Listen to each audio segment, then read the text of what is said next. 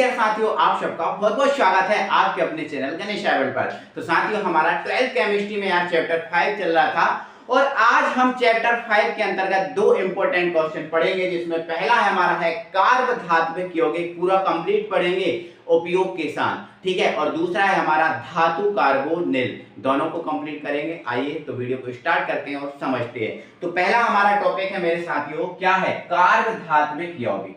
कार्बधात्विक यौगिक क्या है, पहले हमारा ये समझना है। तो देखो, ये लिखा है कार्ब धात्विक यौगिक, मतलब ऐसा यौगिक जिसमें कार्ब मतलब कार्बन और धात्विक मतलब धातु, मतलब ऐसा यौगिक जिसमें कार्बन और धातु दोनों होते हैं, उसे हम बोलते हैं कार्ब धात्विक यौगिक। देखो, नाम से समझ में आ रहा है, कार्ब धात्विक मतलब कार्बन और धातु जिसके अंदर दोनों हों, वो क्या है? कार्ब धात्विक यौगिक। अब कार्बन और धातु दोनों तो होंगे, लेकिन ये दोनों ना किसी बंध के द्वारा जुड़े होंगे, ठीक है। तो देखो, ऐसे कार्बनिक यौगिक जिनमें कार्बन परमाणु, कौन परमाणु? कार्बन परमाणु सीधे किससे? धातु परमाणु से सहसंयोजक बंध या उप सहसंयोजक बंध बनाकर जुड़ा रहता है, ठीक है। जिसमें कार्बन परमाणु सीधे किससे? धातु परमाणु से सहसंयोजक बंध या उप सहसंयोजक बंध बनाकर जुड़ा होता है, या फिर आप डायरेक्ट क्या लिख सकते हो? धातु परमाणु से सहसंयोजक बंध, इसको काट देना, सहसंयोजक बंध बनाकर जुड़ा रहता है,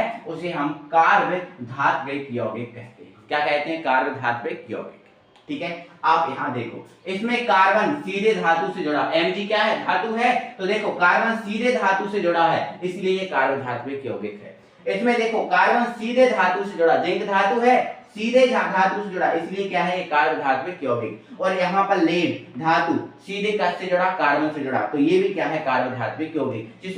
जिसमें कार्बन सीधे धातु से जुड़ा हो, वो कार्बधात्विक यौगिक है। जैसे ये ग्रिग्नार्ड अभिकर्मक कार्बधात्विक यौगिक है, क्योंकि कार्बन सीधा धातु से जुड़ा, कार्बन सीधा धातु से जुड़ा, कार्बन सीधा धातु से जुड़ा, ये कार्बधात्विक यौगिक होंगे, ठीक है। ये इंपॉर्टेंट कार्बधात्विक यौगिक है, जिसका नाम है प्रस्फुटरोधी है, जिसका नाम है टेट्रा एथिलेट। टेट्रा एथिलेट ये प्रस्फुटरोधी है, ठीक है। अब यहाँ कुछ विशेष कार्बधात्विक यौगिक हैं, जैसे जाइसी लवण और फेरोसिन। ये जाइसी लवण और फेरोसिन का सूत्र है, ये विशेष कार्बधात्विक यौगिक हैं, ठीक है। जैसे कि PTCl का 3। अब ईटा 5, ये देखो लिखा है ना, ये लंबी पूंछ वाला N, ये ईटा होता है, ठीक है। तो देखो, इसमें ईटा की घात 2 लगी है, तो ईटा की घात 2 बता रही है आपको कि इसमें कार्बन कितने हैं? 2, है ना। ईटा की घात जो है वो आपको केवल कार्बन की संख्या बताती है। यहाँ पर ईटा की घात 2 लगी, मतलब इसमें कितने कार्बन है? 2। इसमें ईटा की घात देखो 5 लगी, मतलब इसमें कितने कार्बन है? 5। कितने कार्बन है? 5, ठीक है। तो जिसमें जितनी ईटा की घात जितनी होगी उसमें उतने कार्बन होते हैं। यहाँ पर बेटा इसका वोल्टवाइज होता है, गलती से नहीं लिख पाए हम, ठीक है। तो ये जाइसी लवण और ये जो फेरोसिन, इनके फॉर्मूले याद रखना पड़ेंगे। ये भी आपके क्या है? कार्बधात्विक यौगिक, क्लियर है। अब आगे जो बेटा जो कार्बधात्विक यौगिक है, ये दो प्रकार का होता है, एक सिग्मा आबंधित कार्बधात्विक यौगिक और एक पाई आबंधित, ठीक है। सिग्मा कैसे बनता है? ऐसे, और पाई कैसे बनता है? ऐसे। अब आपने सिग्मा और पाई के बारे में पिछली क्लास में 11वीं में नॉलेज लिया होगा, 11वीं में नॉलेज लिया होगा कि भाई जहां सिंगल बॉन्ड होता है वहां सिग्मा बंध बनता है, जहां सिंगल बॉन्ड होता है वहां कौन सा बंध बनता है? सिग्मा। और मेरे प्यारे साथियों, जहां डबल बॉन्ड होता है वहां पाई और एक सिग्मा। सिंगल में केवल सिग्मा और डबल में एक पाई एक सिग्मा, और अगर ट्रिपल बॉन्ड होता है तो 2 पाई और 1 सिग्मा। कहने का मतलब यह है कि पाई बॉन्ड तभी बनेगा जब डबल और ट्रिपल बॉन्ड होगा। जब डबल और ट्रिपल बॉन्ड होगा तभी पाई बॉन्ड बनेगा, वरना पाई बॉन्ड नहीं बनेगा, ठीक है। तो सिग्मा केवल सिंगल में और डबल में पाई सिग्मा, और जो ट्रिपल होता है 2 पाई 1 सिग्मा, ठीक है। अब यहाँ पर देखो लिखा है सिग्मा आबंधित कार्बधात्विक यौगिक। सिग्मा आबंधित कार्बधात्विक यौगिक मतलब ऐसे कार्बधात्विक यौगिक जिनमें कार्बन परमाणु धातु परमाणु से सिग्मा बंध द्वारा जुड़ा होता है। ये थ्योरी मैं बोल रहा हूं, ये सुन लो, ये आप इसमें लिख लेना। सिग्मा आबंधित जो है ना कार्बधात्विक यौगिक, हेडिंग डाल देना और उसमें क्या लिखना? ऐसे कार्बधात्विक यौगिक जिनमें कार्बन परमाणु धातु परमाणु से सिग्मा बंध द्वारा बंधा होता है, उन्हें हम सिग्मा आबंधित कार्बधात्विक यौगिक कहते हैं। तो देखो, यहाँ सिंगल बॉन्ड है, सिग्मा होगा, यहाँ सिंगल सिग्मा, यहाँ सिंगल सिग्मा, यहाँ सिंगल सिग्मा। और इसकी संरचना आपको बना के बताऊं मेरे प्यारे साथियों, तो देखो ये Pb है, ठीक है। यहाँ C2H5 ऐसे जुड़ा होगा, एक C2H5 ऐसे जुड़ा होगा, एक C2H5 ऐसे जुड़ा होगा, और एक C2H5 ऐसे जुड़ा, ठीक है। तो आप देखो यहां भी कौन सा बॉन्ड सिंगल है, तो सिग्मा, यहां सिंगल, सिग्मा, सिग्मा और सिग्मा। तो देखो इन सभी में सिंगल बॉन्ड है, सिग्मा बॉन्ड है, इसलिए ये जो चारों आपको दिख रहे हैं 1 2 3 सॉरी 3, ये सिग्मा आबंधित कारक धात्विक यौगिक है। लेकिन मेरे प्यारे साथियों ये जो फेरोसीन है और ये फेरोसीन और ये जाइसी लवण, ये जो है ना क्या है, ये पाई आबंधित हैं, क्योंकि इनमें कार्बन परमाणु जो है ना धातु परमाणु से पाई बंध द्वारा, इसमें धातु परमाणु प्लेटिनम इस कार्बन परमाणु से पाई बॉन्ड द्वारा जुड़ा है, इसमें भी पाई बॉन्ड द्वारा जुड़ा है। इनकी जब हम संरचना पढ़ेंगे ना तो इनको हम पाई बॉन्ड आपको बता देंगे कि कैसे पाई बॉन्ड द्वारा, तो मतलब ये जो है ये पाई आबंधित के उदाहरण है और ये सिग्मा आबंधित के, तो दोनों की परिभाषा लिखना और इनके दोनों के उदाहरण। क्लियर है। अब बाकी आता है कि कार्बधात्विक यौगिक के उपयोग क्या हैं। तो मेरे प्यारे साथियों कार्बधात्विक यौगिक है, इसका उपयोग जो ना है औषधियों में किया जाता है, जो औषधि बनाई जाती है इनमें किया जाता है। अब उत्प्रेरक के रूप में भी इसका उपयोग किया जाता है, उत्प्रेरक मतलब अभिक्रिया की दर को बढ़ाने या घटाने के लिए। फिर इसके अलावा कार्बनिक संश्लेषण में, ठीक है, जैविक तथा कृषि विज्ञान में भी इसका उपयोग होता है ना, जैविक और कृषि विज्ञान में भी इसका क्या होता है, उपयोग होता है। तो ये हमारे क्या रहे कार्बधात्विक यौगिक के उपयोग, और एक छोटा सा टॉपिक था जल्दी ही हमारा खत्म हो गया, इंपॉर्टेंट है, ठीक है, ओके।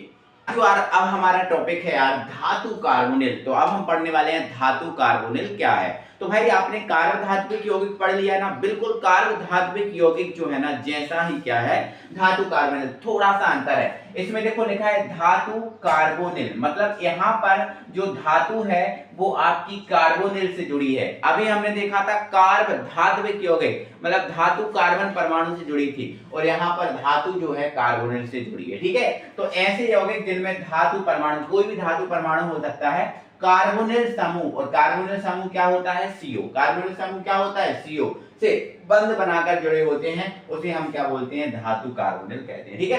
तो जिसमें धातु कार्बोनिल समूह से जुड़ी है वो आपका धातु कार्बोनिल होगा, ठीक है। अब यहाँ पर देखो एक लाइन लिखी है, यह एक प्रकार से कार्बधात्विक यौगिक है। अच्छा, एक प्रकार से कार्बधात्विक यौगिक क्यों है सर, तो देखो आपको बता दें, जैसे ये उदाहरण लिखा है यहाँ पर Ni, ठीक है, CO का होल 4, NiCO का होल 4। अब NiCO के होल 4 की हम संरचना बनाते हैं, ठीक है, होल 4 के हम क्या बनाते हैं, संरचना बनाते हैं। ये आपके Ni के साथ 4 CO जोड़े हैं, एक ये जोड़ दिया, ठीक है। अब एक हमने CO ये जोड़ दिया, ठीक है। अब हमने एक CO ये जोड़ दिया और एक CO हमने ये जोड़ दिया। अब यहाँ पर देखो Ni जो CO है, CO में कार्बन है और कार्बन देखो धातु से जुड़ा, CO में कार्बन है देखो धातु से जुड़ा।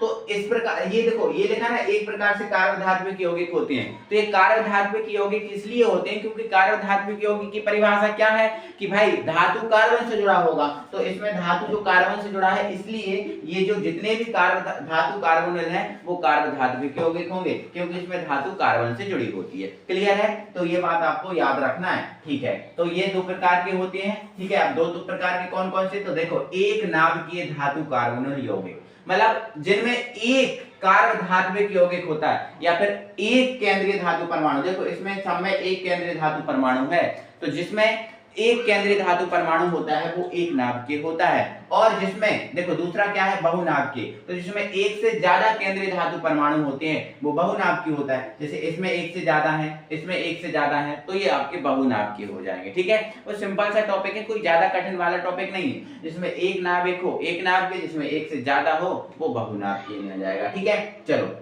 तो ये आपको याद रखना है अच्छे तरीके से, ठीक है। अब इसकी संरचना तो क्या है, तो भाई देखो इसकी संरचना ऐसे बना दी, तो इसमें कितने जोड़ना है, 5 जोड़ना है, इसमें कितने जोड़ना है, 6 जोड़ना है। अब इसमें Fe Mn कितने हैं, 2 हैं, और CO कितने हैं, 10 हैं, और इसमें Fe कितने हैं, 3, और CO कितने हैं, 12। तो इनकी संरचना आप जोड़ सकते हो। पहले Mn से आप किसको जोड़ देना, आप Mn से जोड़ देना, ठीक है। अब CO कितने हैं बेटा, 4 हैं, तो 1 2 3 और 1 आप कहीं यहाँ जोड़ सकते हो, ठीक है। तो 1 2 3 और ये आप 4 जोड़ सकते हो, ठीक है।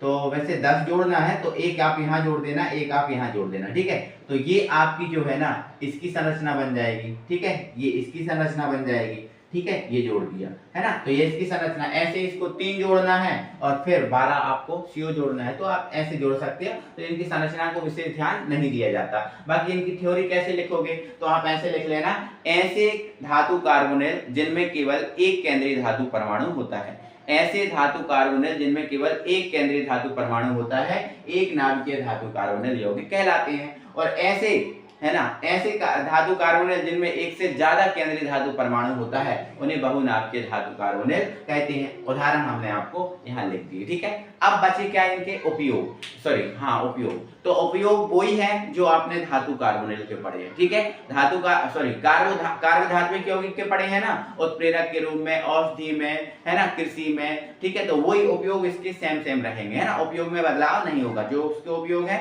वही इसके उपयोग है, ठीक है। तो ये हमारा कार्बोधात्विक यौगिक और जो धातु कार्बोनिल था, ये आज हमने कंप्लीट किया है, ठीक है। सब बहुत ज्यादा बड़ा टॉपिक नहीं है, छोटा सा टॉपिक है, आपने सबने कंप्लीट कर लिया होगा, ठीक है ना भाई। चलो तो भाई एक बार लाइक करना वीडियो को, है ना। मिलते हैं, और किस टॉपिक पे आप वीडियो चाहे तो ये हमें कमेंट में बताया करो आपके, सर हमें इस टॉपिक पे वीडियो चाहिए, तो हम उस टॉपिक पे वीडियो लाने की कोशिश बिल्कुल करेंगे, ठीक है ना भाई। चलो मिलते हैं अगली वीडियो में, तब तक के लिए थैंक यू।